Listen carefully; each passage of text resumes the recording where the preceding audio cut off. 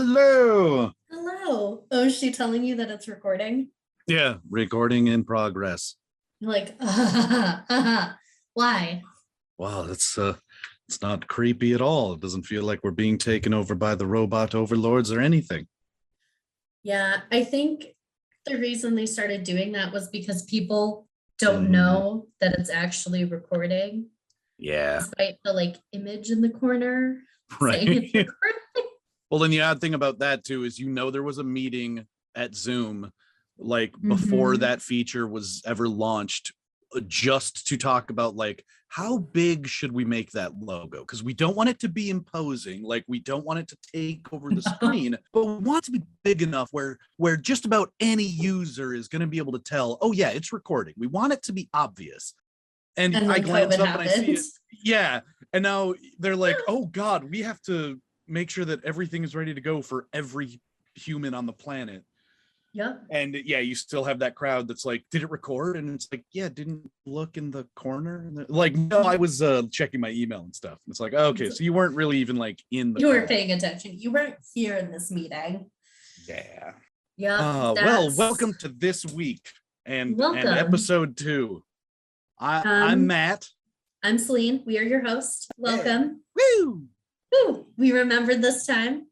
Yeah, I'm pretty this sure is we peculiar. forgot. Yeah. Oh, for sure. I don't think we said anything last time. We're great at this. This is Peculiar Pairings. We're going to put two things together that don't seem like they should, food wise and story wise. One person who knows what they're talking about and one person who doesn't know a goddamn thing. Yeah. So that's the basis of this. And I'm going to start just by talking about what we're actually enjoying, or hopefully Yeah. Take enjoying. it away. For anyone who the like one person who listened last week, still going on like a theme of fall, and we're getting into like Halloween, so I thought I'd go with more of a sweet treat. And And this will come out in October, so it's not perfect. off Exactly. course there. I mean, we're not going to lift too much behind the curtain. It is October. Oh well, I guess technically. Anyway, so also there was a theme you talked about this week. We're going to be talking about mirrors, and Yes. I kind of wanted to do that. I'm going to be posting pictures of the treats themselves, but this didn't work exactly the way I wanted it to. My original thought when you first mentioned that was I wanted it to have like a silvery look. I wanted the drink to look, Oh, yeah. And then I realized I have no concept of how to even begin to do that. I'm sure somebody who's like a confectionery genius could find some kind of like silver plating candy type of thing. I have neither the yeah. time nor the energy to do that. So what I We're not did, that fancy here. I would like to be, but I don't even know where to begin to do that. And I wasn't going to do, I didn't have the wherewithal to research that much. Maybe But in the future someday, but that is not for today. sure. For sure. Well, yeah, when you're working full time, and trying to do this, this is about as good as it's going to get for now. But so true. But so the idea was that with the concept of the mirror in mind, I thought I would try to play the drink and the treat off of that concept. So there is the drink is sort of a mix of salted caramel Baileys as the base, and then added a Mhm. chocolate liqueur on top of that, and then basically any kind of honey. I believe you used actual honey. I went with honey Jameson, or not honey I Jameson, did. Jim Beam, and Yeah, I couldn't find any sort of honey whiskey. I'm The not. struggle is so real in my life. Yeah, A I repeat don't of last think week, but not as bad. I don't think you're going to regret that, because what I got over here is quite strong. And I know that we talked a little bit about that we both like strong drinks. This is still pretty sweet and tasty, so I think it still works, but it's quite strong. Yeah, I did mine with whiskey and just added some actual honey in it. And it is very strong. So we'll see how sober we are by the end of this Right. if we keep drinking. So that'll be Although an adventure. adding actual honey sounds like a really good move. I kind of regret not going that route now, but it's not a bad drink. It was a choice that was made, and I'm not sure about it, only because of the honey that I used. It's honey from my dad's bees. And Oh, right. Yeah. it's more like a royal jelly. So as I was mixing it, I'm like, oh, this was a bad idea. This isn't melting into the drink. So it got like a little clumpy, and then it finally mixed in, but it took me a while. It's good though. Speaking of clumpy, I don't think I nailed it with the treat this week because one, it absolutely looks horrifying. The way that I have it, the way I have it set up is neither with presentation nor with actual ingredients does it look attractive at all. I did take a couple bites, tastes fine, but I'm already noticing, I'm already noticing one major problem, which is with using the shells fudge with both the caramel and the chocolate. It is already turning back into a liquid, even with being in the fridge for 40 minutes. So Yeah. I am again happy that I went with the wax paper because at least it's catching everything. Yeah, I tried to make mine look nice, and I'm sending you a photo and I'll put it on Instagram. I tried to make it look nice and like it had a presentation, but it kind of feels a little bit like those baking fails a little bit. Like, oh yeah, you can tell I'm not a professional oh my god, in any sort of cooking capacity. Oh, I don't even want to send you mine now. Oh my god, yours are professional by compare. Oh no, I can't wait to put these up. I'm like, oh, they're Instagram. bad, don't look at them. Oh, you have no, mine that's just the literally Instagram look. I went in later and added more, and it just looks like treats you would serve children. Yours looks like you tried. Mine, oh my god, oh god. Here, I'm gonna put mine up there too, and again, we'll put these on Instagram, but wow, it literally is no comparison. Yes, so what I did is I did like Smucker's fudge in like the jar. I thought I saw you were saying that yeah, yours is like runny. I'm like, ooh, maybe I get the jar so I can spread it more like a peanut butter. Yeah, which did work. Move. So I'd suggest that. Good move. And then it kind of helped contain the caramel because that was very runny. It's good though. I enjoyed its tastiness. 10 stars. Okay, maybe not 10, but still, I enjoyed it. It's I mean, it's hard to go wrong with a sort of s'mores based concept. That's true. And the salted caramel actually worked out better than I thought it would. But the idea was to make it a mirror of the drink.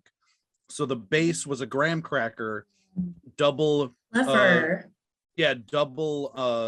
of chocolate, and then a single line of caramel topped with some salt.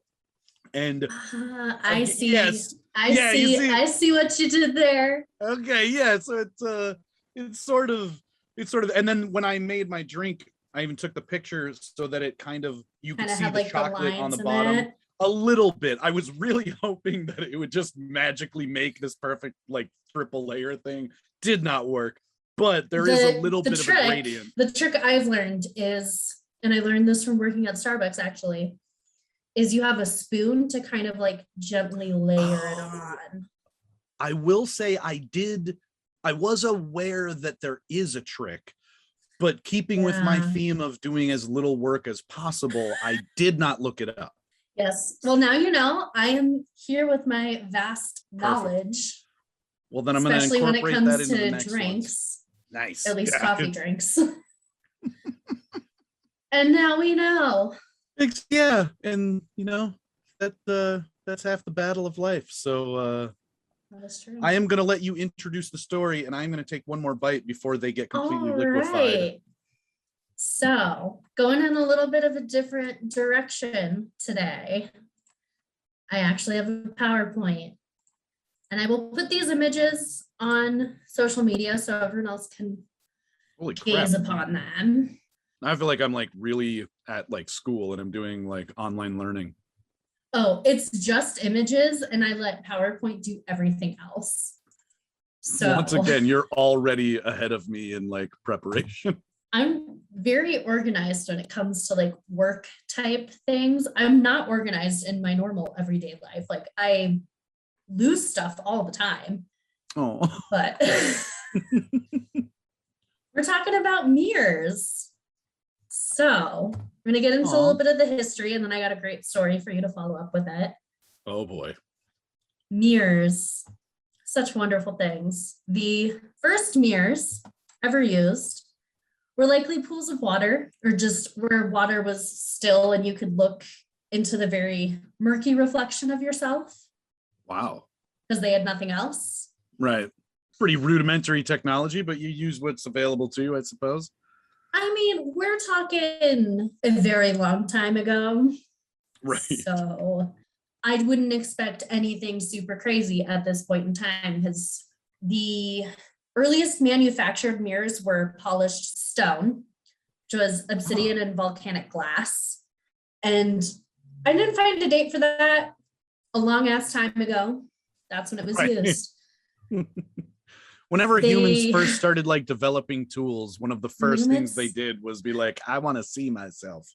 When humans first roamed the earth and they discovered fire, they then discovered pool reflections. They discovered modern mirror. They discovered vanity. They did. In 4000 BC, they started using polished copper, which was then brought into ancient Egypt in 3000 BC. In China, they started using bronze in around 2000 BC. And in Central and South America, that's when they were using stone around that same time. By the Bronze Age, they had bronze mirrors and other mirrors made from other stones like copper, silver, basically whatever you could find. Well, and it's weird looking at the images that you're displaying, because it's like they don't look reflective at all. And granted, I'm assuming these are like from dig sites and stuff, but it's hard to imagine that they would ever get to a point where they could be reflective. Yeah, and you can get metal to be reflective, but the process for like sanding it takes so long. And then over time, just the air and like your fingerprints patina it so it dirties up the metal. Then you gotta like clean it again. It's a whole process. It never ends. It's a whole thing. I know. It just goes to show you how vain humans really are, where they're like, I'm going to go through this so that I can look at myself. Yeah. It was the first Instagram. It kind of was. During the Roman Empire, they commonly used silver for their mirrors, and it was so common that even servants had them. Ooh la la. I know, silver, so fancy. Yeah. And they switched the metal a few centuries ago to specular metal, which is 2/3 copper and 1/3 tin, which was more reflective. And that's like what they used in telescopes. Ooh. So that then became very expensive. Because it was being used in telescopes? Well, because it was just like more rare to find. You had to like make the mixture of the metals. And because it was so reflective and they used it for telescopes, they're like, nah, we're going to quarter the market on this. Yeah, you doing telescope quality? Yeah, you got to pay more for that. Yeah. And anything made of metal required frequent polishing. So you did say speculum, right? Yes. All right. That is what the name of the it's a medical mixture thing. is called. That was the only detail it gave me. It's like it was used in telescopes and nothing else. I'm like, okay. Right. Cool. I question that, but I'm not going to look into it. Not today. That should be the tagline of the entire podcast. I question that, but I'm not going to look into it. I'm going to put that on a t-shirt. Yeah, exactly. So bronze was considered the worst metal to use for this because good. It wasn't very reflective. Stone was by far the worst. So, that was probably the cheapest. For anyone who's been outside and looked at a rock, yeah, you can tell that stone isn't going to be the best mirror. Yeah. in the 1st century, so getting closer to modern times, Oh boy. that is when they started using glass. And that was thanks to the development of the lime soda glass and glass blowing. Sweet. Yeah. I was trying to find more detail as to how they made it exactly, but that was not super clear to me. What they used to do is they would blow one large bubble and then cut it into a circular section. But because it was from like a glass bubble, the image was pretty distorted because it had that curve to it. Right. Which it evolved. It got better. Then in France, they began to make flat mirrors. They blew a giant bubble, spun it around really quickly to flatten it, and then it was cut into rectangles. This was then made better by the Germans and then perfected by the Venetians. Ooh, I like the idea of like glass pizza. I kind of do too. Do they just like set it on a thing and then just like spin it around real quick? Like, well, right, because if they're doing glass blowing, I mean, first of all, it's ridiculous enough that somebody first thought, hey, let's take this molten piece of like melted rock and put it on the end of this tube, and then I'm gonna blow into it. Yeah. And then spin it around real fast to make it flat. They must have set it on some kind of plate or something. Yeah, I think they had to. So, and Venice is well known for their glass blowing method. So it does not surprise me that they took this technique that everyone else was using and are like, we can do better. Not surprised at all. And the Germans were like, well, we have to get in on this. They can do glass blowing. They did it before Venice did, and then Venice took it and was like, we can do better. But the Germans said they could do better than the French. So are we surprised? No. That's pretty pompous. Yeah. The Venetian method then became to blow a glass cylinder, cut off the ends. Wow. And then cut along the cylinder and unroll it onto like wicked. a hot flat plate.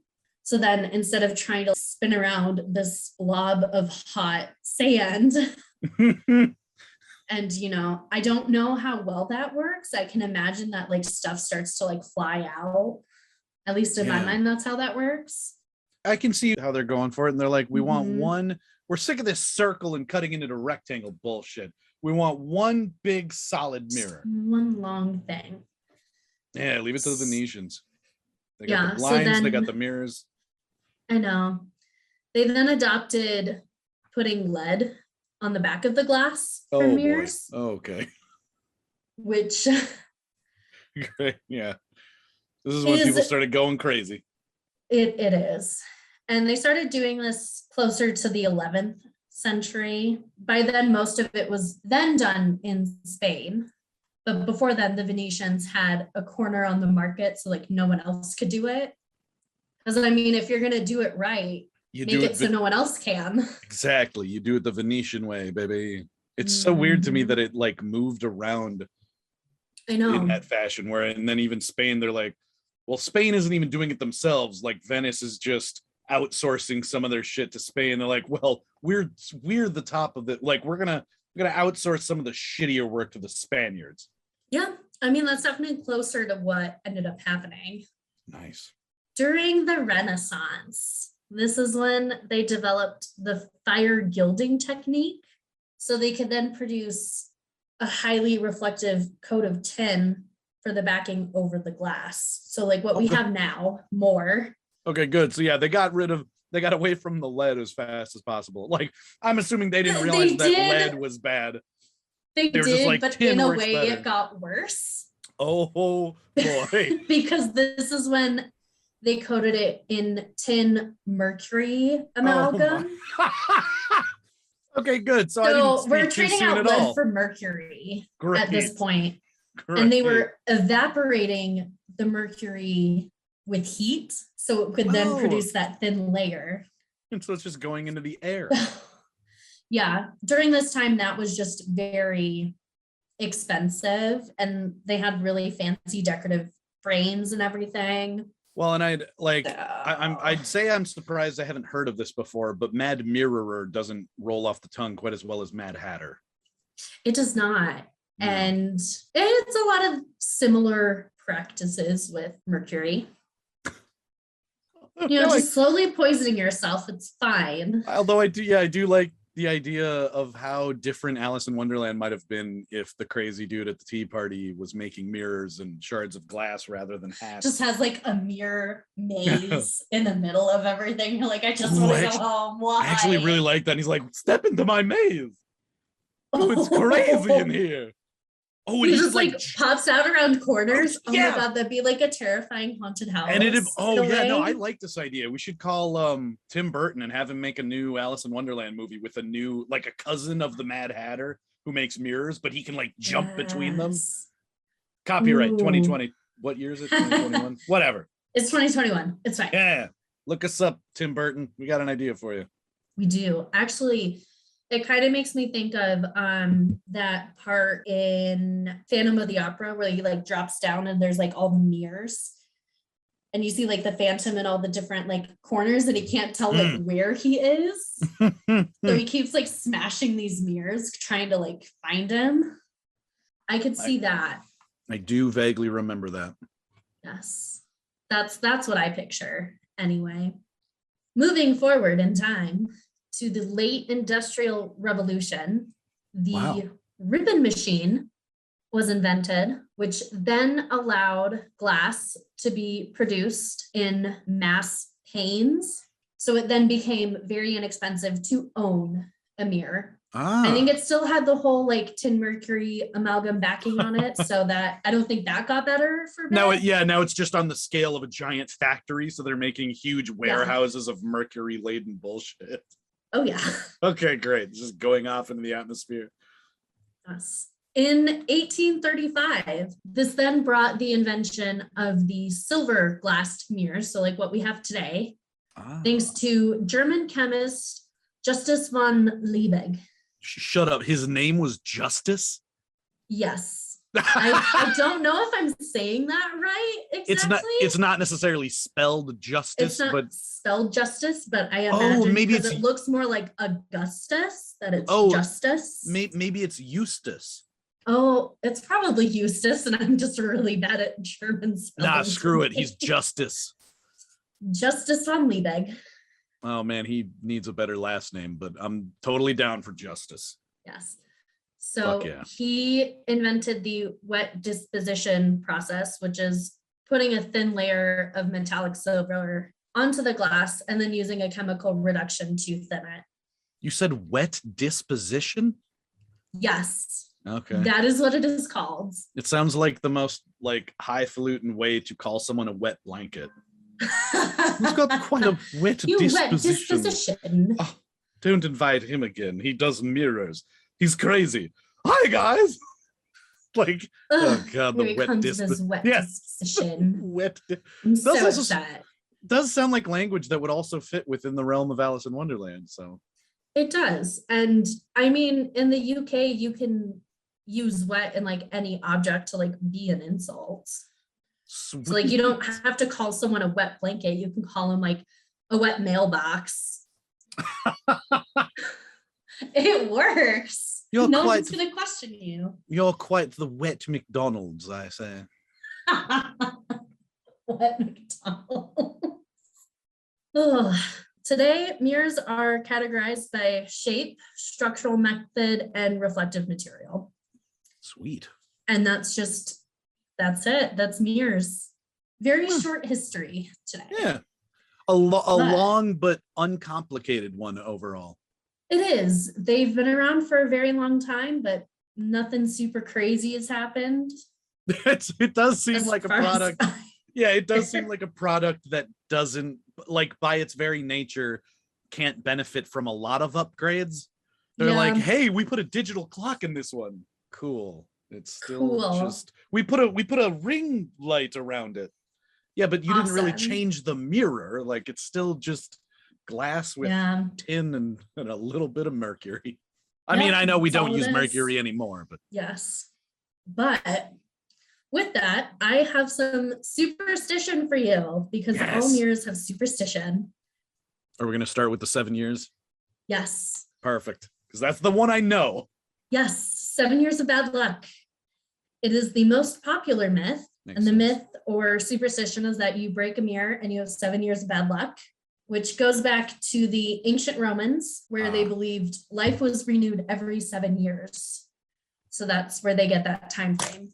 Wow. Instead of just, 7 sounds like a good number. It sounds all right. Well, like they didn't live as long back then. So it seems like. That's true. 7 was a long time. Yeah, that seems like a long period of time. Like it renews every 7 years, but you might not make it 7.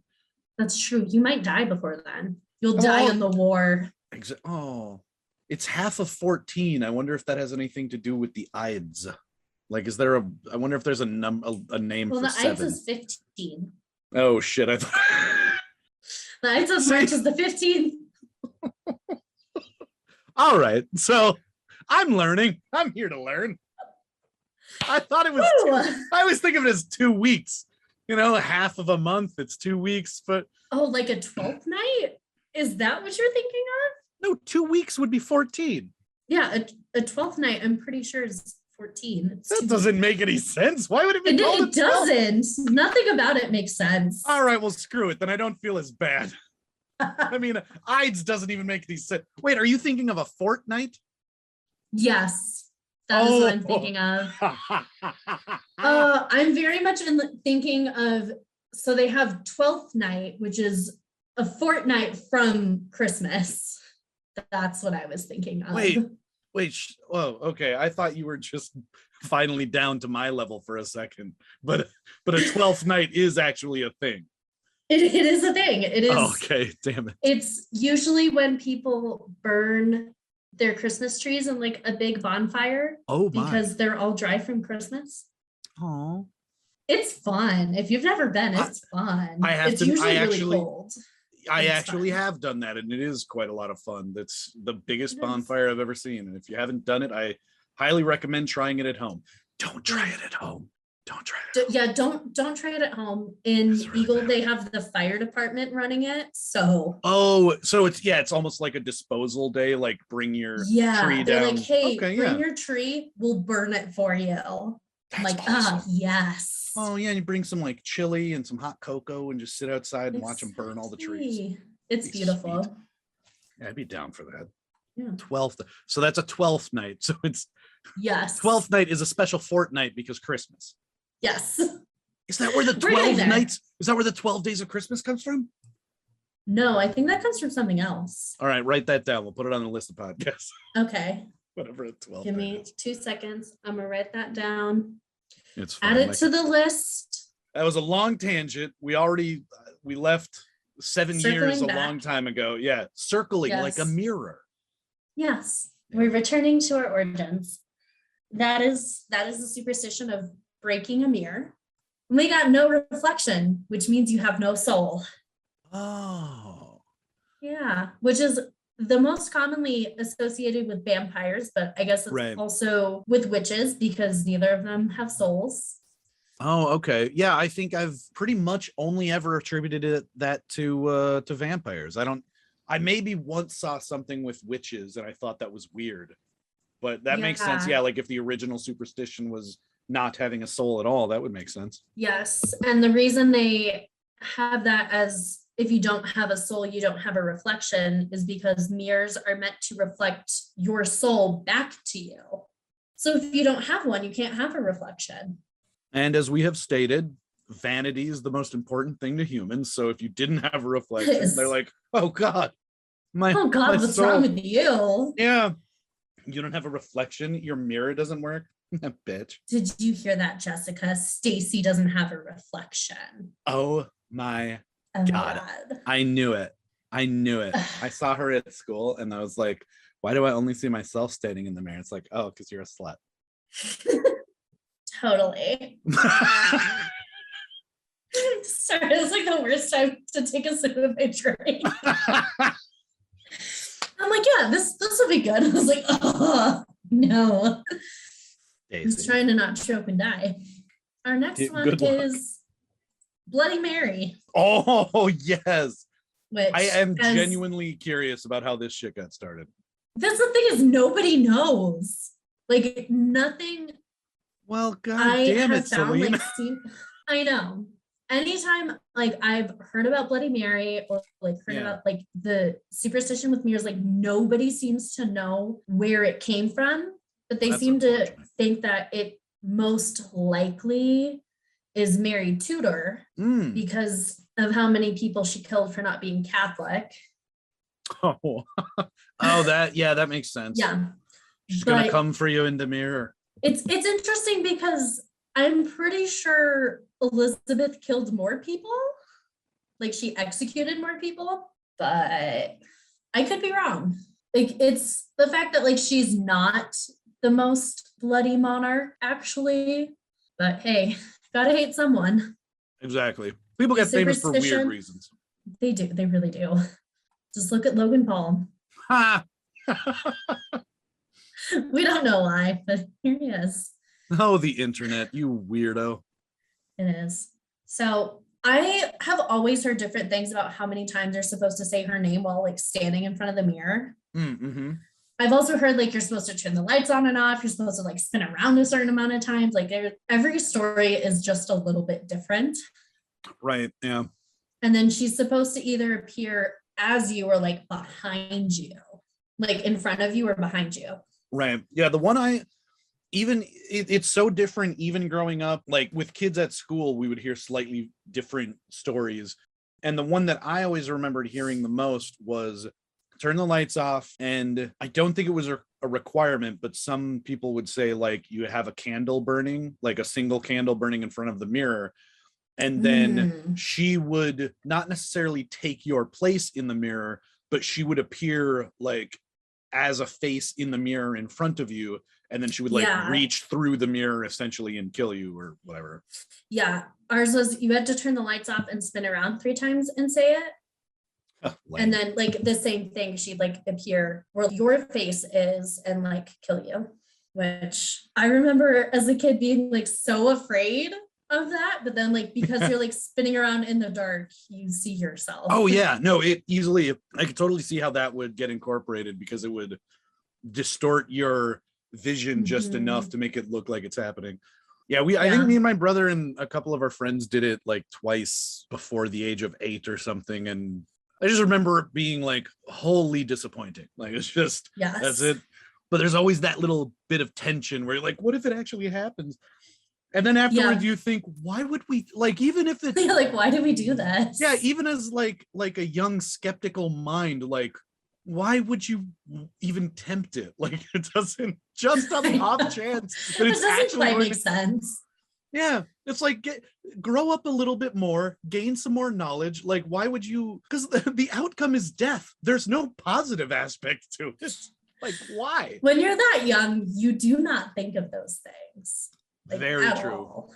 Yeah, you just don't want to look like the scaredy cat. That's true. So moving forward, I don't have a photo for this one, so that looks pretty though.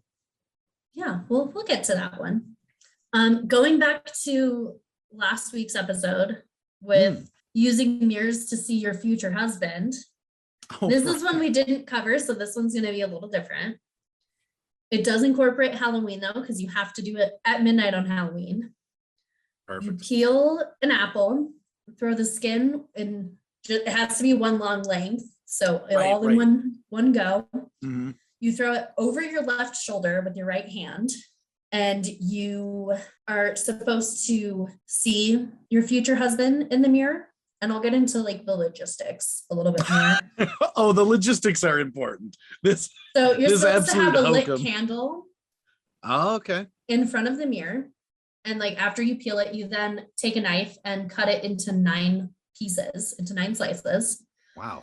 You're supposed to eat 8 of them. Oh my God. And then throw the 9th at the mirror. Yes. And I don't know why, but I was really hoping that part of it would result in throwing apple peel at the mirror. I don't know why. You throw the physical apple slice at the mirror, and your future husband is supposed to catch it. Oh and my. If he doesn't appear and doesn't catch it, then you're supposed to die, as per last time. Right, exactly. If this doesn't happen, death, because there's no other alternative. Right. I love how much of that era was just like, and If you decide Die. to tempt fate, then yeah, you die. Yeah. Our next bit of superstition is feng shui. Oh. Which, if I am actually saying that wrong, I would love for someone to correct me, because I found out recently that I pronounced lychee wrong. And I'm like, no one has corrected me in like ever. I can't even say that I know what you're talking about enough to say that you're wrong. So In I'm sure it's fine. Bubble tea, you can have like the jelly. It's like it's one of those, like one of the flavors. Oh, okay. Yeah, I've been saying that wrong. I'm like, oh, no one has ever corrected me on this, and I feel terrible. I mean, I'd like to pronounce things correctly when possible. That's true. One of the things you are not supposed to do is have a mirror that faces your bed. Oh. Because it is believed that while you're sleeping, your body and spirit is repairing itself. True. Which so is you're sort of true. Negative. Yeah, I understand this one. Like, this to me makes more sense. You're releasing that negative energy. So if you have it facing your bed while you're releasing this energy, it's then being like reflected back to you. Oh. So then you're regaining that negativity. I thought you were going to say it like got trapped in the mirror or something, but that's... No, we'll get to that, but that's a different thing. Okay. And you're supposed to have a mirror facing your door when you come, like when you walk into your place, which is what this photo is. Gotcha. Because it is supposed to scare away spirits from like entering your home. Nailed it. Yep. It's a repellent. Just for the record, that's what I was going to say. We're in the same wavelength. Perfect. Totally called it. So there's one with getting good luck on your marriage, which I've never heard this one. But I'm assuming it ends in death. No, it does not. Wow. Okay. Actually, so it's as a newlywed couple. So like you're supposed to do this shortly after you say your vows.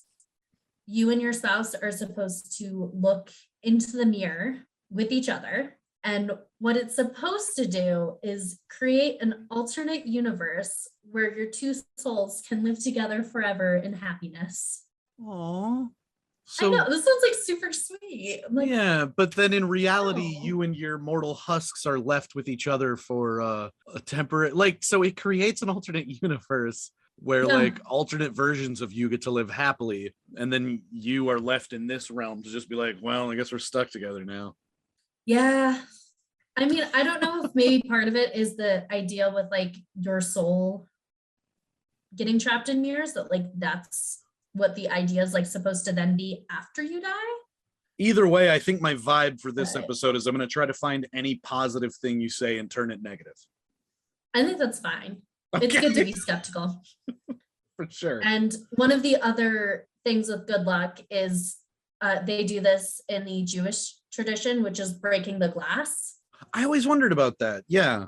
Yeah. It's the more pieces it breaks into is like the more years of happiness you have together. Oh, interesting. So you want that thing to really break. I was going to say they chose a good medium then, because glass is notorious for lots and lots of shards. It is. We're going to get into covering mirrors. Oh my, that's creepy. A good one. I know. So you're supposed to do this after someone passes away, and you're supposed to do it like almost immediately. Right. Because if a soul encounters a mirror before their body is buried, they will get trapped into the mirror. Oh God. With this, it is believed that if you have a mirror and it just suddenly tarnishes, that is what has happened. Yeah. Or a lot of people will report that if this is what they think has happened to their mirror, they'll see the face of the deceased person in the mirror, like when they look into it. Ooh, that's creepy. Yes. If you want to know more about that, look into the mirror that Zach Baggins has at his haunted museum, because he has a mirror that is supposed to do that, but I cannot for the life of me remember who it was. I believe it was someone involved in the mafia. Like the Hobbit mafia, like from the Shire? No. You said his name was Zach Baggins, right? Cousin of Frodo? Zach Baggins. Come on. The ghost hunter from Ghost Adventures. Oh, Or as they say on, and that's why we drink Zach Bagel Bites. we apparently run in different circles because I have no idea who this is. Oh, we follow him on Twitter. So Okay. you can just look on there and you All can right. just look for his stuff. I'm gonna come for you, Baggins. Oh God, don't do that. No, I'm gonna Block us on everything. I mean, That's not the better- worst thing that ever happened. he better cover up that mirror because I'm coming through. It is also believed that demons can use mirrors to enter or escape into our world from the spirit world. Mm-hmm. But I don't know if like something has to happen in order to open it as a portal. I mean, that's a huge belief that mirrors are portals for malicious spirits. Well, if John Constantine is to be believed, they rip themselves through the mortal coil of a young woman, and you can trap them in a mirror and then shatter the mirror, and that destroys the demon, or at least exorcises them back to hell. Now, I know John Constantine is a comic book character, but I think the science holds up. I would not be surprised if that is like what you're supposed to do. Yeah. Oh, But yeah. Again, I didn't look into it. So we will never know. Exactly. Another tagline for this show is just like doing the bare minimum. I think we try a little more than that, but like maybe not much. All right, that's fair. So it's supposed to be good luck if you accidentally scare yourself while walking by a mirror, like your reflection scares you. Okay. That Which feels I've like done a weird so one. many times. Oh, good luck. It's like, I don't know what it is. Like you see yourself out of the corner of your eye, but it doesn't look right to you. So it like scares you for whatever reason. I do that. I've done that like quite a bit at grandma's house when that middle bedroom had the mirror like right by the window. Mm-hmm. Yeah, I would do that there like all the time. I'm like, what is with this mirror? As weird as this might sound, like the more that we've talked about this, I feel like we can find a way for each one of these little tales to have some kind of logic. I'll admit this one doesn't make any sense to me. If you accidentally spook yourself, it's good luck.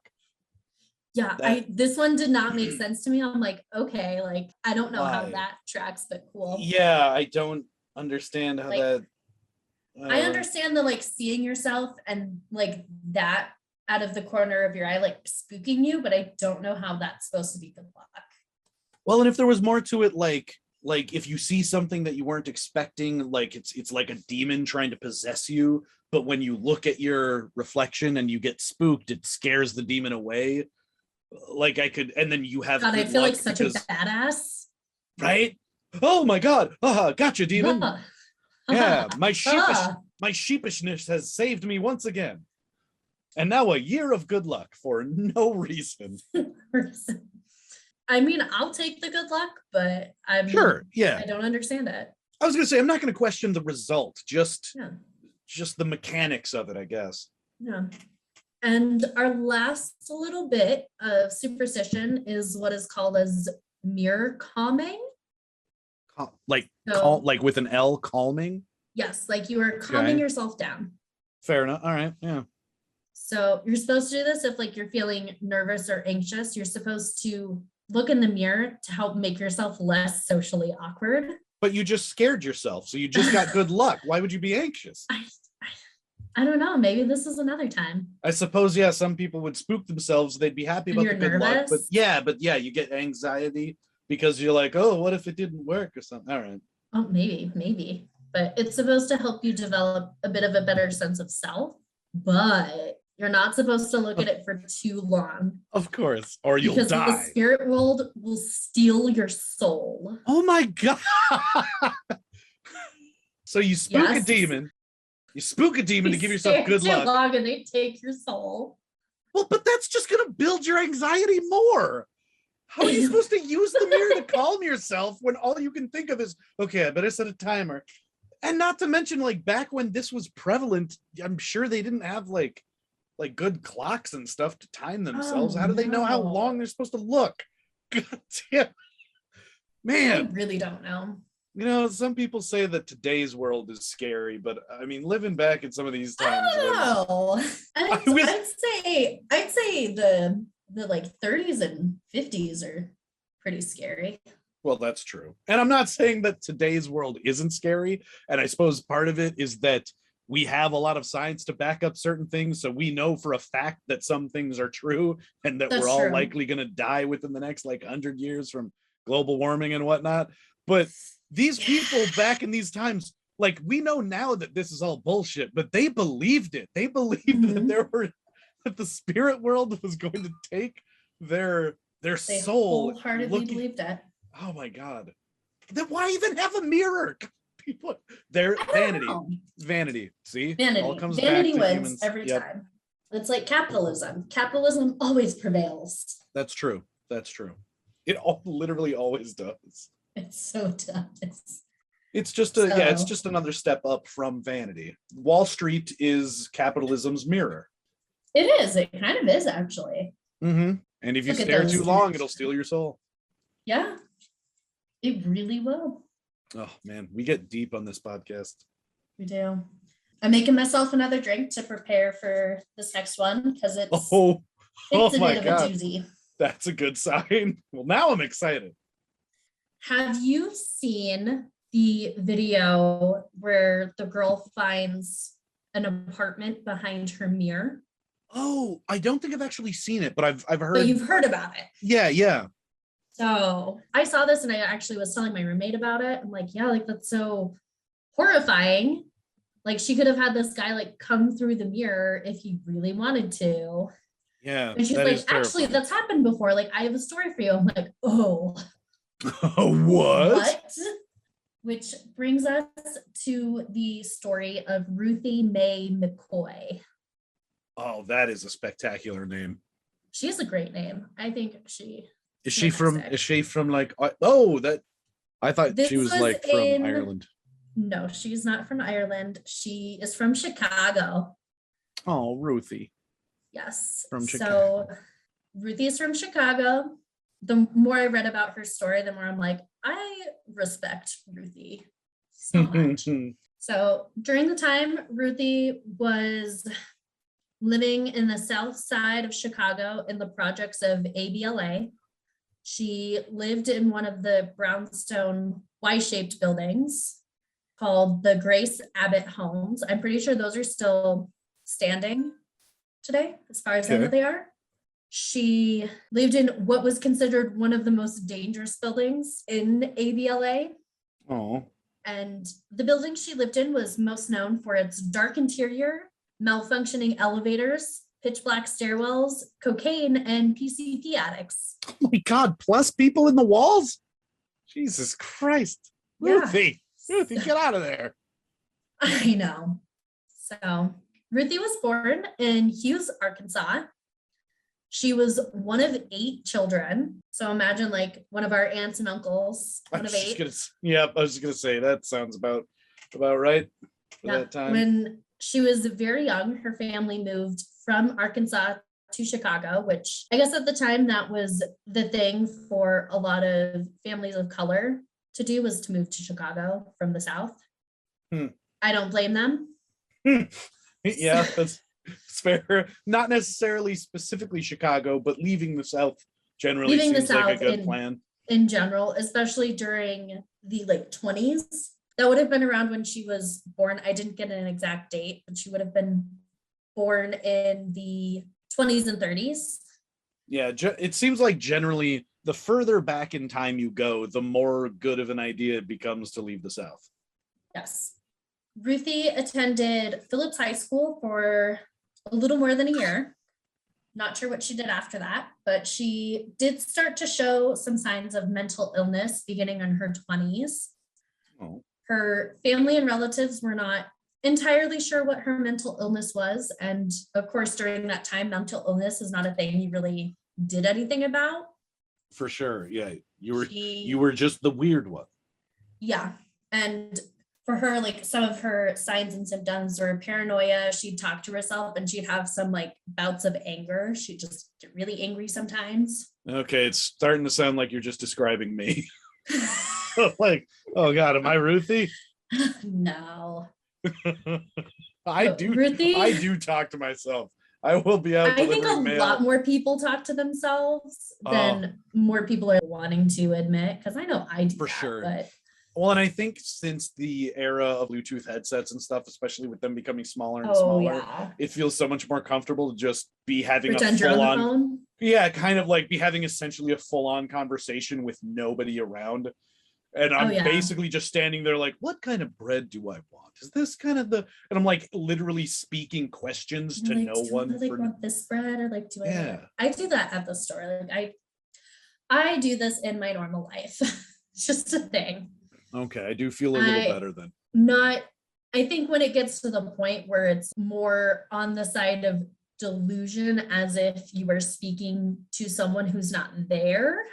If I start actually talking to the bread and expecting it to respond, I'll I think help. that's where it starts to kind of have that, it starts to kind of be more that line.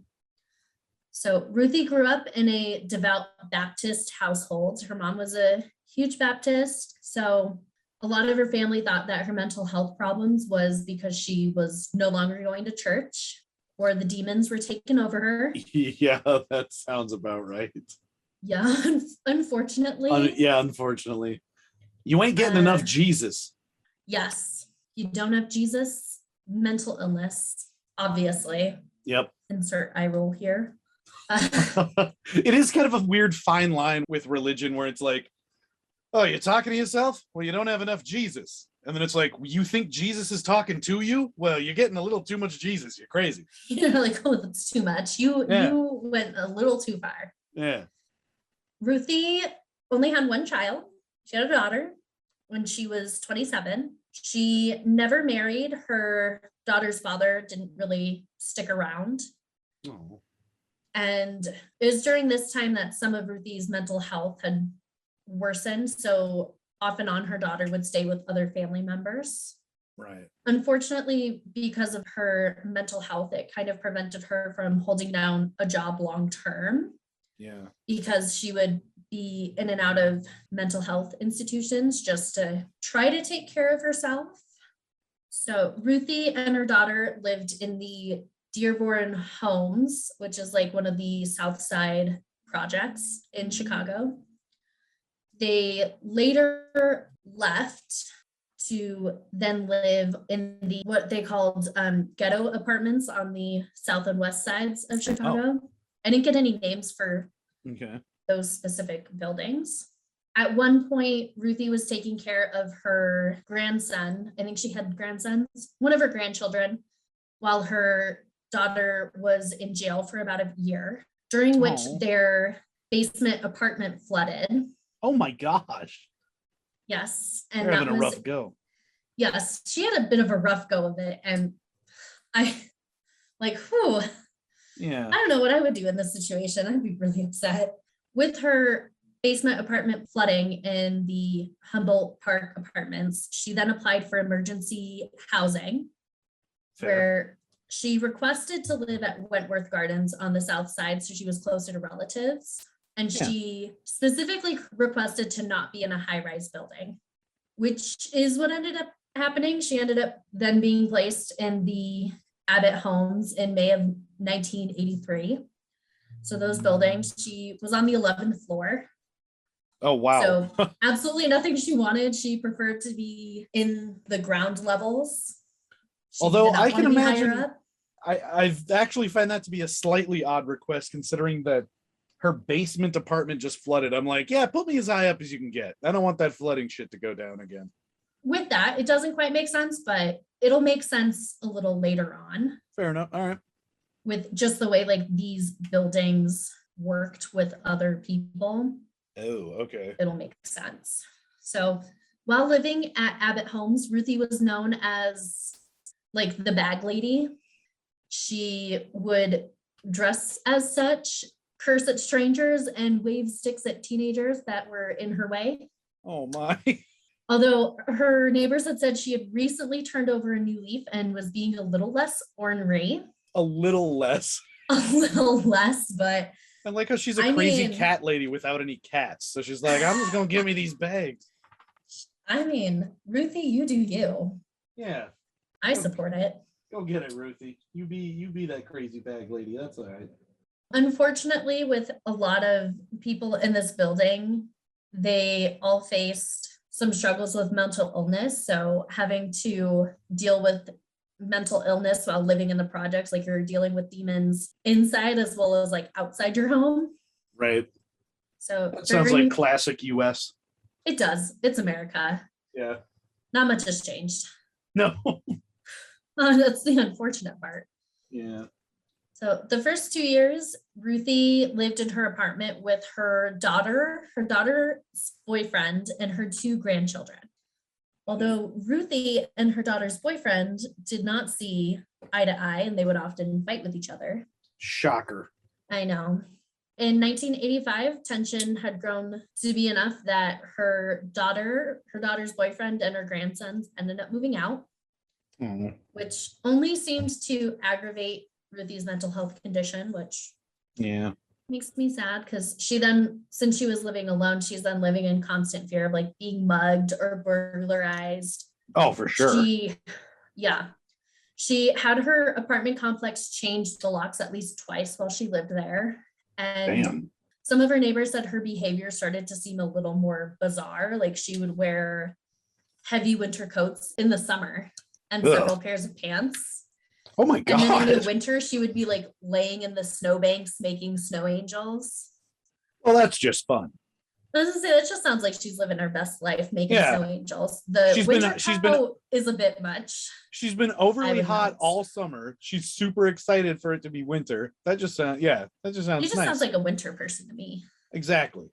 In 1986, Ruthie had to take one of her grandsons to the emergency room while she was watching him, as he had fallen down the stairs. Although because of her mental health, she was having a little bit of erratic behavior, and some of the people working in the emergency room saw it as troublesome and speculated that she maybe abused her grandson. So they called the Department of Child and Family Services, which she then became upset about, understandably, because she didn't do that, and her family attests that she had never done so to her grandsons, her grandchildren. She loved them. She may be crazy, but she's not that crazy. Yeah. And at that point, she was then institutionalized by the state of Illinois and was given an official diagnosis of ISPI schizophrenia, which is a residual type of schizophrenia. Weird. Yeah, so it is characterized by the absence of prominent behavior, such as like social isolation, peculiar behavior, vague speech, and odd beliefs. Okay. I'm like, the majority of the country. Yeah, like that sounds really relevant right now. I'm sure they have more strict guidelines, but I didn't look it up because I didn't think it was important to the story. Well, and it's on brand for us. Yes, it is. Exactly. So at this point in time, Ruthie was very close to moving out of her home. So this is 1986, 1987. She was wanting to move out of the projects and into a better living situation. Yeah. She had recently received assistance from Supplemental Security Income, SSI, for her mental disability. And that program more than doubled her income at the time. And they also retroactively paid her for the benefits she should have received, which I feel like that's unheard of. No kidding. Go, Ruthie, go. Yeah. So she then got like a lump sum of like $2,000, which I feel like in the 80s, that's pretty good money. Sure. Yeah. I'd take $2,000. Bet she was happy to get that. Yeah. So unfortunately for Ruthie, that did kind of make her a bit of a target because she didn't have just like neighbors who wanted to rob her. She had a lot of preachers and ministers reaching out to her, which this really bothered me because since like she had grown up in a more religious household, having preachers and people that she doesn't know reaching out to her and being like, oh, give us money, like that seems really predatory to me, and that doesn't sit right with me. For sure. Yeah, no, it sounds totally predatory. Yeah, she had a Baptist preacher from Fort Lauderdale, which she never lived in Fort Wow. Lauderdale. So he like Right. would write to her for money, and he'd be like, oh, open up your pocketbook and give Jesus a beautiful love offering of the largest bill you have. Wow. She had a minister in Ohio offer her a special personal bottle of water from the Jordan River in exchange for a donation. Very nice. I know. She had a New York minister send her a piece of sacred anointed wood that she was to knock on 3 times and then sleep on for one night and one night only. And then pay for the postage to return it with the donation of $18. On top of the, what the hell? And then she had a lot of solicitations from the fundamentalists, which is the LDS church. Oh, wow. And that's actually, to me, the fundamentalists are, it's a very, I would say, extreme group. And maybe we'll cover that in another episode. Okay. Some of the stuff blows my mind. For sure. I love how all of this is like, well, where were you when I was really having trouble? Like, oh yeah, I'm good enough for you to contact when I have where some money. Where were you, Fort Lauderdale preacher? Yeah, which you were talking about how like in the 80s, $2,000 is a lot of money, and no doubt that it is, but like it's not like I can give everybody I know money. Yeah, like it's still just the 80s. Yeah, it's not like she suddenly had $10 million. I won $1 billion. Right. Yeah, it's still $2,000. Yeah, like it's a good chunk of money, but it's not that good. Right, but they still want it. They still and Ruthie's daughter hated to see her mom give money to any of these con men. She's like, no, like don't do it. Yeah, for sure. I would totally be Ruthie's daughter in this situation, but like don't give them a dime. Yeah, absolutely. Deserve nothing. But Ruthie would send it anyways, and she'd be like, oh, like you just don't have faith. And Ruthie. you know, I kind of see grandma doing something like this in a way, which makes me like a little worried, but grandma at least has like the wherewithal to be like, yeah, grandma's still doing pretty good. She's pretty smart. She is. I've gotten worried a little bit. There was a woman on one of the routes I delivered who she literally stopped me when I was delivering mail to their apartment complex once and asked me about like how to handle these, like is there any kind of list she can get on so that she doesn't get these solicitations, because she sent this one dude sent her a letter in the mail asking for $20, and she didn't want to give him $20, but he sent another letter, and so she gave him $20, and I was like, oh no, yeah, no, that's not what you're supposed to do. And she's like, and then he filed for harassment. Oh, for sure, yeah, but then he sent another letter, so she sent him another $20. And I'm like, no, you throw those away. You throw them away. You do not send them money. If they do not leave you alone, you take that as evidence and file for harassment, because they will not leave you alone. Yeah, I was like, that is the opposite of what you should do. You should tell them to don't give them anything. Yeah, give them zero money. On April 22nd in 1987, Ruthie called 911 at about 8:45, absolutely frantic. She explained to the dispatcher that someone was trying to come in through the cabinet in the bathroom. So like the mirror cabinet. Yeah, behind the mirror. So behind the like medicine cabinet mirror. Yep. And she was stating on the phone that they threw the cabinet down and that they were trying to get in the bathroom. Like they couldn't get in, but they were trying to, and she was obviously scared.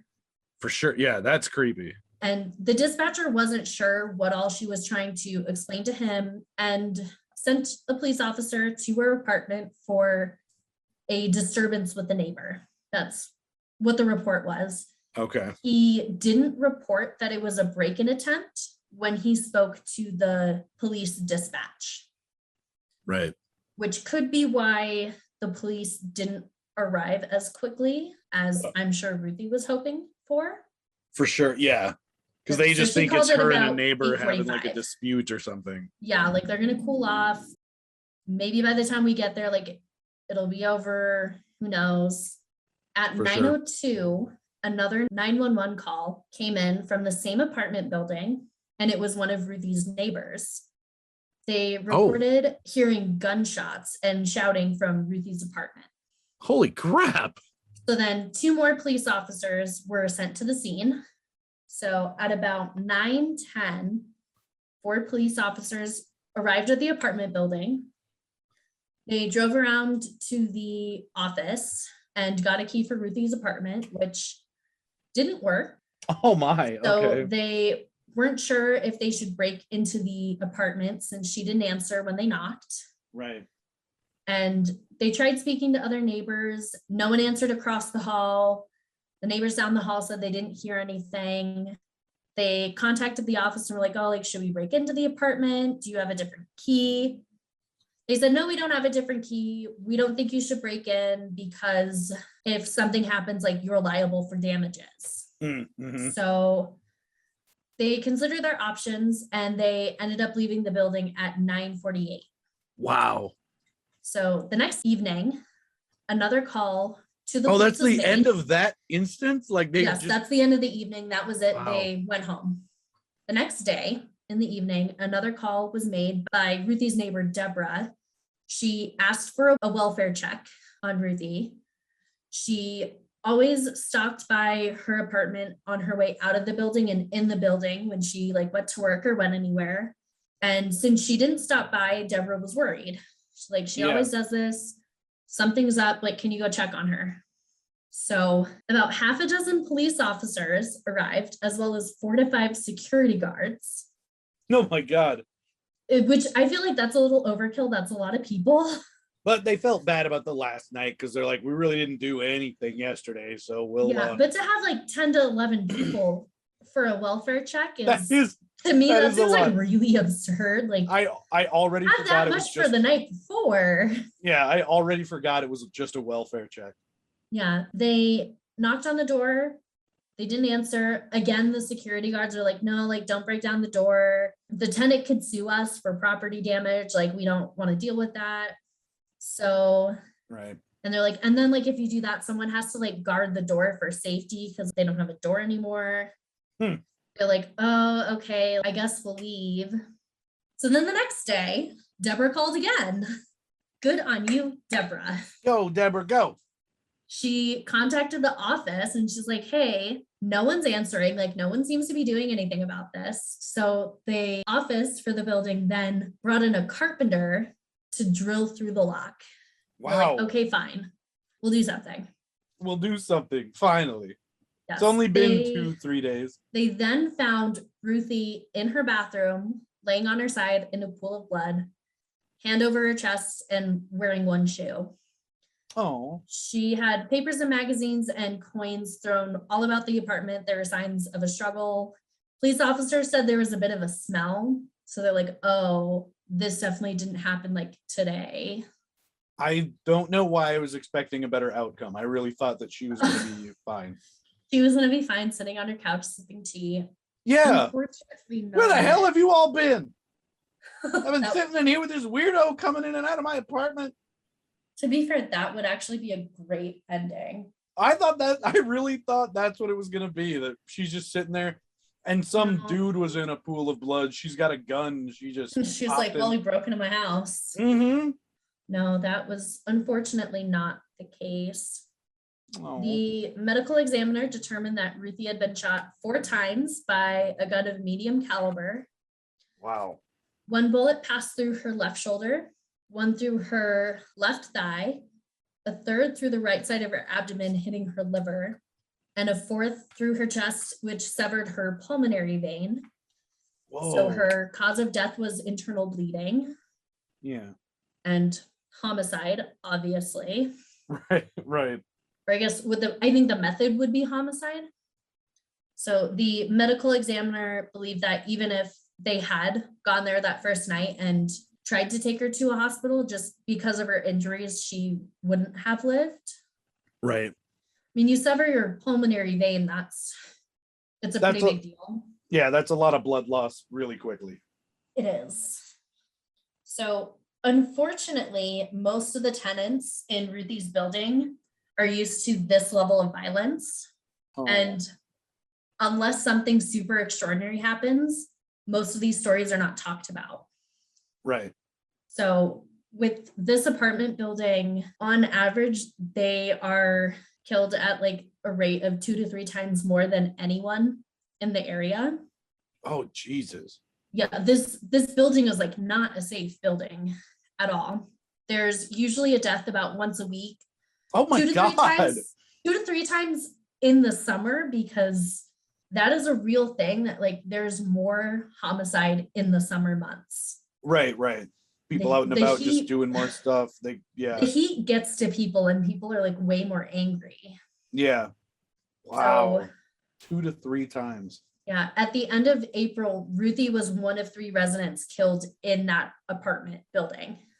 Good God. So 2 days after her body was found, an unknown assailant beat one of her 40-year-old neighbors to death. Oh my God. 3 days after that, a 25-year-old female resident ended an argument with one of the other 20-year-old residents by stabbing her in the chest, which took place outside of the building. So they were both residents of the building. Right. There is some speculation as to whether or not Ruthie knew her attackers, since they said there was no evidence of a break-in, but her mirror was gone and that was never found. Oh, wow. And in the call, she was saying that they were like breaking the mirror down. Yeah. So on June 10th, they found 2. So by then they had found 2 suspects. Yeah. And that was when her story actually became news. So about a month and a half after her death, then people were talking about it. Yeah. Because at the same time, there was another death that had happened. And part of the reason Ruthie's death was overshadowed, as well as like the other deaths of people in her building, was because this other woman that had died lived in a suburb. She was white and she was like a white collar worker. Yeah. So now that you've got a white person involved, it's like, well, now we got to check in on this. Yeah. So unfortunately, her death was considered insignificant. And God. The death that kind of overshadowed hers was that of Nancy Clay. And she died in a high-rise fire. Oh, shit. So she had all the coverage through May, and throughout her case, everyone talked about how the 911 system had failed her. Yeah. Whereas in Ruthie's case, that wasn't talked about. Yeah. Which we'll get into because that really bothers me. But her death like did raise questions, but it just didn't come until later. And one of the big things was particularly about how her building and the calls made from her building were neglected by police, with multiple calls, although no one in her building or in the projects was shocked by it. Yeah. Because they just, for whatever reason, that building seems to have a lot of death. Yeah, 2 to 3 times a week seems like a bit very much. Common for people to have break-ins, murders, people shoved down elevator chutes. Oh God! Throwing babies out of windows. Which what? Why? What did the babies do? No. Well, you're talking about the heat getting to people. Holy crap! It's like there's crazy. Something about this building. I'm like, this is like, what is going on here? And before Ruthie's murder, so about a year before, at least a year, people had been breaking into apartments and people had been making reports about it. And people were using the mirrors and pipes to hop from like apartment to apartment, and you could climb above, like on the sides of the pipes. Yeah. And it was easy for people to get around. And with the cabinets only being secured by 6-inch nails and like nothing more. Oh, you hit that enough, it's coming down. Good God. So it was really well known in that building for people to purchase or rent adjoining apartments. Yeah. And then they would move from like apartment to apartment, and they would use that to escape police. Oh my God, that's fucked up. It is all kinds of fucked up. And when questions with the police were raised, when they had a spokesperson first talk about it, they're like, oh, like we can't discuss anything until there's a full-scale investigation. Mm-hmm. and that they were going to talk to the police officers involved, neighbors, the security guards, and all of that. Like they were going to do their due diligence.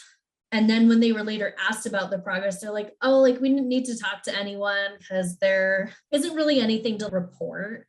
Nothing to report. People are throwing babies out of windows. That seems like something that should be reported. I know. And God. they're like, like we think it was the right call, just like it was the right call to not break into Ruthie's apartment and sure, all of that. And some of the people in the area, and especially like after hearing this report, speculated that had the call not come from the projects, that they would have broken into the home. Right. They would have said, no, this is absurd. Like you're not answering the door. We have reason to suspect something has happened. Right. We'll deal with the consequences of like damaged property later. We need to know whether or not this person is okay. Yeah. So it baffles me that they kind of used some of that as a reason to not do that welfare check, especially when she like wasn't answering. Right. And, yes. Like they had been called multiple times about this, and like she had called because something was happening, and she's like, someone's trying to break into my house. Yeah, she made a call. They go all the way out there. She doesn't respond. There isn't even like a muffled voice from the other side, like, I'm fine, thank you. No, there's nothing. And they're just like, I'm sure it's all right. And the department stated that with so many 911 calls from the projects being hoaxes, that they have to consider what their course of action is and like what to do about it. Like they have to think about it more. Yeah. Which I feel like is kind of stupid, because no matter what, like when you call 911, they should be showing up. And maybe that's my privilege in thinking that that's what they're supposed to do and not necessarily having a distrust of law enforcement. Right. Because I can imagine if I was in this situation and I didn't trust the police, like I maybe wouldn't necessarily call them. And handle it myself. The one parallel that I can relate to with this, and I'm not saying that this is on the same level of insanity or whatever, but the idea of like it being a repetitious kind of call for them to go out there and they're like, it's probably nothing. When I was a freshman in college, I lived in a dorm where, for whatever reason, the other guys thought that it was just the greatest thing in the world to pull the fire alarm. And it went off probably 3 times in my first week. And I was actually really shocked because, especially knowing now where the fire department was located, they were there within a minute. I mean, it was remarkable. They were on top of it within that month. Like by the end of that month, they would show up in 10 minutes because dudes just they just kept pulling it. And those of us who were not involved in that were kind of like, you assholes are putting the rest of us in danger, because like if something actually happens and we need them, they're not coming. So, they're not going to give a shit, which I would think they're totally justified in doing. Like, stop pulling the fire alarm. Like in a way, if that is like what is happening, like you can't blame them, because you're like, like that's annoying, but at the same time, like you always want that to be the response, that they show up quickly. Right. And so I'm going to say again, I'm not like necessarily saying that this is the same kind of level of thing, but like from a community standpoint, like if I was someone living in that building, I would be upset with like, if you guys would stop doing random stuff around my apartment, we might have better response times. Yeah, we might have better response times. But that's also just talking about idiot freshmen. So it's a bit easier for them to understand that like there's not actually a fire. Yeah. So in the months leading up to Ruthie's death, her daughter had reported to the leasing office of the apartment that someone had already tried to break into her mom's apartment. So it was one of those things that, knowing that, you're like, oh, this has already been an issue. Why are things like not being done about it? And no one came to like secure anything or check it, which I feel is very frustrating. Absolutely. So, and it was known in the apartment buildings that certain apartments were more vulnerable to break-ins. Just because of like the setup of the building? Yeah. And this happened to be where Ruthie's apartment was, is that apartments at the ends of hallways and corridors were the only ones that had adjoining cabinets to the other apartment. Okay, got you. So you can get into the other apartment, you can break in through the other side to the next one. Right. And with that, you have a higher risk of having squatters. And with that, like that can just make you an easier target for robbery, burglary, especially if you're living alone. Yeah. Oh like they know you're not home. They know you live alone. They're breaking in when you're not there or when they think you're not there. And a large majority of residents had witnessed and experienced break-ins. A good amount of residents at this building were concerned that their own doors weren't enough to protect them. Oh, that would be the worst feeling ever. Yeah, I know. I lock my door at night and I'm like, whew, hard part is done. Yeah. I mean, I also have a Ring doorbell, so I feel like that helps with like my peace of mind. Yeah. And it helps my neighbor too, because anytime they use that front door, it records that like they've walked by. So like she feels safe because she's like, yeah, if something happens, like I can come over and like ask you about it. I'm like, yeah, I'd look it up if you need it. Have you ever had any weird footage show up on your doorbell? I have not. I did have one time where I think it was UPS dropped off a package at my house at like 9:50 at night, which like I was laying in bed, I was relaxing and the doorbell's ringing. I'm like, yeah, who the hell is showing up at my house? Yeah. And then when I looked, I'm like, there's nobody there. Yeah. So then I went and like looked at the replay once it had processed and I'm like, there's no one there. Like, I'm not going to go answer it right now. And then I saw that it was a UPS delivery person dropping off the package at my house. And I was like, okay, I feel a little less scared. I don't know why you're coming to my house at 9:50. Like, yeah. Was it in the winter? it was like in the, I want to say it was in like the fall or the spring. Okay. It was like a weird time. Yeah. And it was one of the nights my roommate was working, so I was home alone. Right. I'm like, I don't know how I feel about this. And that was when I had the package that was like misdelivered to my house. Yeah. And I thought it was for me because the last name on it was Williams. Oh. So I opened someone else's package and I felt really bad. I gave it to the right person like the next day and I'm like, I'm sorry, I opened your mail. And I like felt a little bit of shame, but was also like, I mean, the delivery person brought it to my house at 10 o'clock at night and my last name is on it. So right. Well, as long as you got it to the right person. I did. I felt less bad about it. Well, that's good. So the big question that Ruthie's death ended up bringing up in Chicago and in the projects was, why would someone want to hurt someone like Ruthie? Yeah. What was the gain out of it? What was the point? And with a little digging and psychology, it brought up the fact that a lot of project criminals, so criminals in the projects, are more willing and more likely to prey on people who are mentally ill. And they're also more willing to kill someone for little money, which is what they believed the motive behind Ruthie's murder to be, because she had gotten like this extra money. She was getting more for her like social security benefits with her disability. And they're like, well, like if that's all I have to do to make a quick buck, like I'll do it. And so it's likely these assailants, well, in like that community, they probably knew who she was. They knew which unit she was in, and they knew that she had money.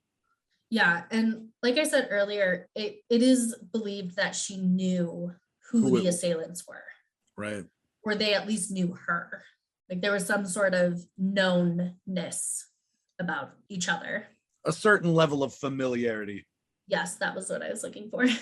So at the end of the day, the two defendants charged with Ruthie's murder had the charges of murder, home invasion, armed robbery, armed violence, and residential burglary. Wow. And Ruthie's family was able to come in and gather her belongings, which is when they discovered that the cabinet for her bathroom was not found. Oh, and you wow. could see through the wall, like where the opening was and like the pipes in the wall and all Yeah. of that. And that is the sad story of Ruthie. Oh. May she rest in peace. I have to admit, that is not where I thought the evening was going when we started. Poor Ruthie. Yes, it is quite a different turn, but with that like viral TikTok video, that of course in my very dark crime junkie mind was like, that girl's gonna get murdered. That girl's gonna get Like that murdered. was the first thing I thought of. And I know that's a terrible thing to think of, but Girl, you gonna I get mean, murdered. that is like, if there was an apartment building that shared a wall like that with my bathroom, where all you had to do was take the mirror down to get inside, like, yeah, I would definitely think I'm getting murdered. For sure. Yeah, like if you knew it was that easy, of course, yeah, of course you would. That'd be terrifying. Yeah. So, and Ruthie's murder brought up kind of the idea again, I believe, of the Candyman murders. Yes. Which we'll do another time. Okay. Because that is actually something I don't know a ton about, other than knowing that like they came out with like the new movie for Candyman. I was gonna say, just a quick aside, I saw that last weekend. It was awesome. Oh, was it? It was good. Yeah, it was really good. I liked it. It was I haven't seen the originals, but it makes me want to see the originals. And I also had no idea that that was like a real fable. I thought it was just a movie. No, but it is like a I mean, I guess we will find out. Okay, yeah. I believe that is an actual murder case, is the Candyman murders. Yeah. Or it's at least like a fable. And yeah, and I'm only basing that on what it was like in the movie, because the way that they talked about it made it sound like it was a real thing, like a kind of classic sort of local folklore kind of thing. Yeah, I thought it was just a movie from the 80s, and it was pretty interesting, eye-opening and entertaining. Yeah, so we'll look more into that and we will share that with everyone, because I do want to actually cover that and do its own separate thing. Yeah. Versus like trying to kind of do like a shallow dive into it, just because I know it's a lot more complicated than that. For sure. Yeah. Rather than just being like a bit part in like one other story like this one. Yeah, like give it its own thing. That sounds good. Yep. So that is our story. Mirrors. Well, that was great. Again, ended more sadly than I thought it would, but yeah, it was a downer. Yeah. It is very interesting. Bit of a downer. Yeah, I did not know the story of Ruthie Mae until my roommate suggested it to me. She's like, this would be great for your podcast. I'm like, it would. You know me so well. Yeah, definitely not looking for an apartment that just has a mirror with just a few 6-inch nails holding things up. No. If I may, not. I do you still have that last image up with it's a side by side of Ruthie and like a reader? That is the article title of one of my sources, which I am going to go through real quickly since I didn't mention those at the beginning. All of my sources are Wikipedia, FameMyMirror.com, TwoWayMirrors.com, and then the Chicago Reader, which is where that article is from. I know I'm focusing on the wrong thing here, but I couldn't help but notice and nitpick the idea that if you look inside the cabinet, it's sort of it's a cool effect, because it's what would happen if, well, first of all, there needs to be another mirror on the other side, but it's like a sort of infinity shot of like two mirrors on opposing walls. It's a really cool effect, but it doesn't make any sense, because why would there be a mirror inside of the cabinet? And that would also necessitate there being a mirror on the other wall, which isn't odd, but you assume that there's going to be like either a door or a shower there or something. I was just like, Well, I don't know if it's supposed to be the idea that like you could move from like one through the other across apartments, that's what I was hoping they were but going it like for. doesn't quite I'm just make saying, no realistically, it doesn't make sense. sense. Because, yeah, there should be shelves. And, well, also, again, I know I'm nitpicking the wrong part of this story, but like, wasn't the mirror and the whole cabinet pushed down? So he wouldn't be literally coming Yeah, through the no, mirror. it was completely pulled off of the wall and then they took it with them, which I don't know what the point of that is, or if like someone had gone in later and then took it before her family then like got in and like gathered her belongings. Yeah, taking it, because yeah, you'd almost expect there to be a bunch of glass on the ground from like them knocking it off the wall and it hitting the floor. Yeah, taking it with seems like an odd move. It does. And I did look at some of the, like a few of the crime scene photos. I could only find like 2. And then of course there's some where people are like, you can use this to decorate your house for Halloween. I'm like, that's terrible. That's terrible. Thanks. Why would you do that? And it's like fake blood shower curtains. I'm like, I don't know. Okay, I will say I actually, to me that screams more psycho. No, yeah, I saw an ad on Instagram for like a bath mat that is that reactive. like when water drips on it, it looks that like is blood. Yeah, I really I've seen want that. one of those. That is actually really cool because it looks so believable. And then you know, in like an hour it dries out and it's back to normal. I'm like, that is something that I would genuinely love. Yeah, I've thought about that. I'm like, that would be such a joy. Although then it gets I'd get a kick out of it. It's like green blood. Oh God. Yeah, you gotta wash it. Yeah. You gotta wash it. Yeah, you do. If you wash it, does it come out of the washer all completely red? That's what I want to know. I don't think so because you dry it. So it'd be like red in the washer, but then like you transfer it and then exactly in the dryer, so when you pull it out of the washer, it's totally dripping blood red. I think so. And it would look like it is soaked with red blood, but it would drip clear water. That would be so trippy. Right? Okay, now I want one even more. Right. So where can our listeners find us? I believe that we are on Twitter and Instagram. I did not bring any of that up, of course. Hold on, let me pull the thing up. While I look that up, we should rate the pairings for this week. So I'm gonna give the drink a solid 7. Okay. Because I enjoyed it, but I feel like if I had just a little too much, because it's so sweet, I would be a little unaware of that. And it would hit me like a ton of bricks. And I don't know how I feel about that. Oh, that's a good point. Yeah. And the snack, it is a perfect like sweet and salty type snack. So I enjoyed that. So I'd give it an 8. Yeah, the sea salt worked out pretty well. I'm gonna give the drink I'm gonna give that an 8 just because it didn't turn out exactly like I expected, but it was still delicious and alcoholic the way that I liked. I was expecting it to be a little too sweet, and it wasn't.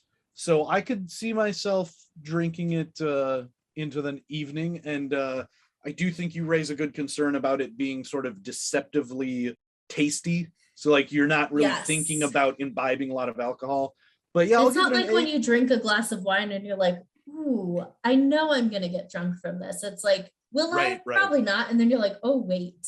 The treat on my end, and I'm gonna take one more picture before I clean everything up. I just have a plate of caramel sauce now. Yeah, we had slightly different experiences with that. And I'm gonna go ahead and give mine a 4. The taste was definitely phenomenal, but the presentation and the end result were not great. It is literally just a pile of mush on my plate. I did eat all of the crackers and stuff, but it turned out a little rough. There again, flavor was great. The flavor was what I was hoping for, but it was definitely not something. I should have just gone back to the store and did what you did with like the actual kind of gel like fudge and gone with the knife. Yeah, I'd say if you leave it too long, it starts to get a little too soft, and the graham cracker like does soak that in. But the point is that you're not letting it sit and you're Right. just like putting it together and eating it. So that's why I give it an 8. Oh, okay. Well, in that case, you know what? I think maybe I'll go with 5 then, just because the We've one upgraded to a 5. well, the one advantage that mine has is if you get it in the fridge enough, because it is that shell coating version, it doesn't actually soak into the cracker I didn't think about that. until you take it out and then let it sit for 20 minutes, and then it becomes Yeah. a pool of mush. But yeah, it actually the first initial bites were actually pretty great. Yeah, I was pretty decently pleased, and it kind of satisfied that like sweet and salty mix that I love, because I usually have Yeah. cravings for like salty stuff. Like that's more the snack that I'm like, yes. Mm-hmm. I like sweet stuff, but I'm definitely more of like the savory type.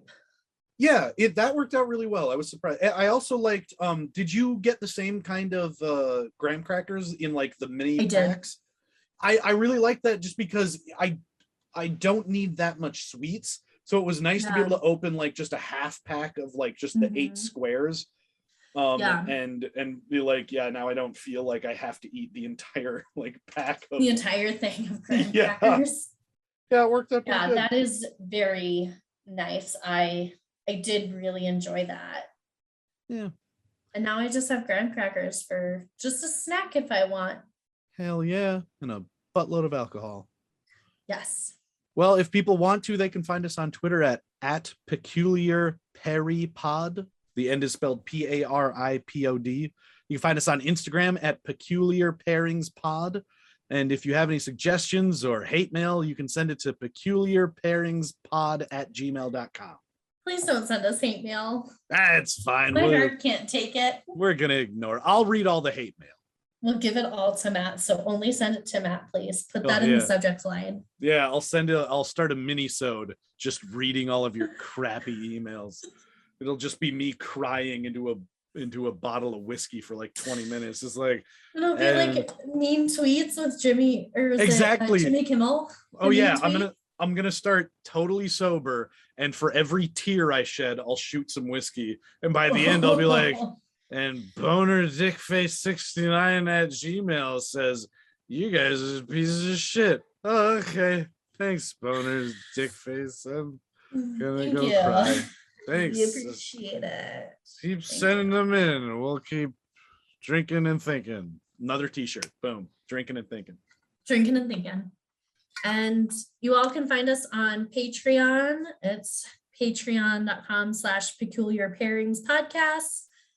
And we'll put those all in the description, so you don't have to search super hard for all of those. It'll just be there at your disposal. God forbid anyone should do some work. Oh God, no, never. Because yeah, that's Never, clearly never. what we're all about. Until next time, listeners. Thanks for listening, everybody. We'll see you next week. Bye.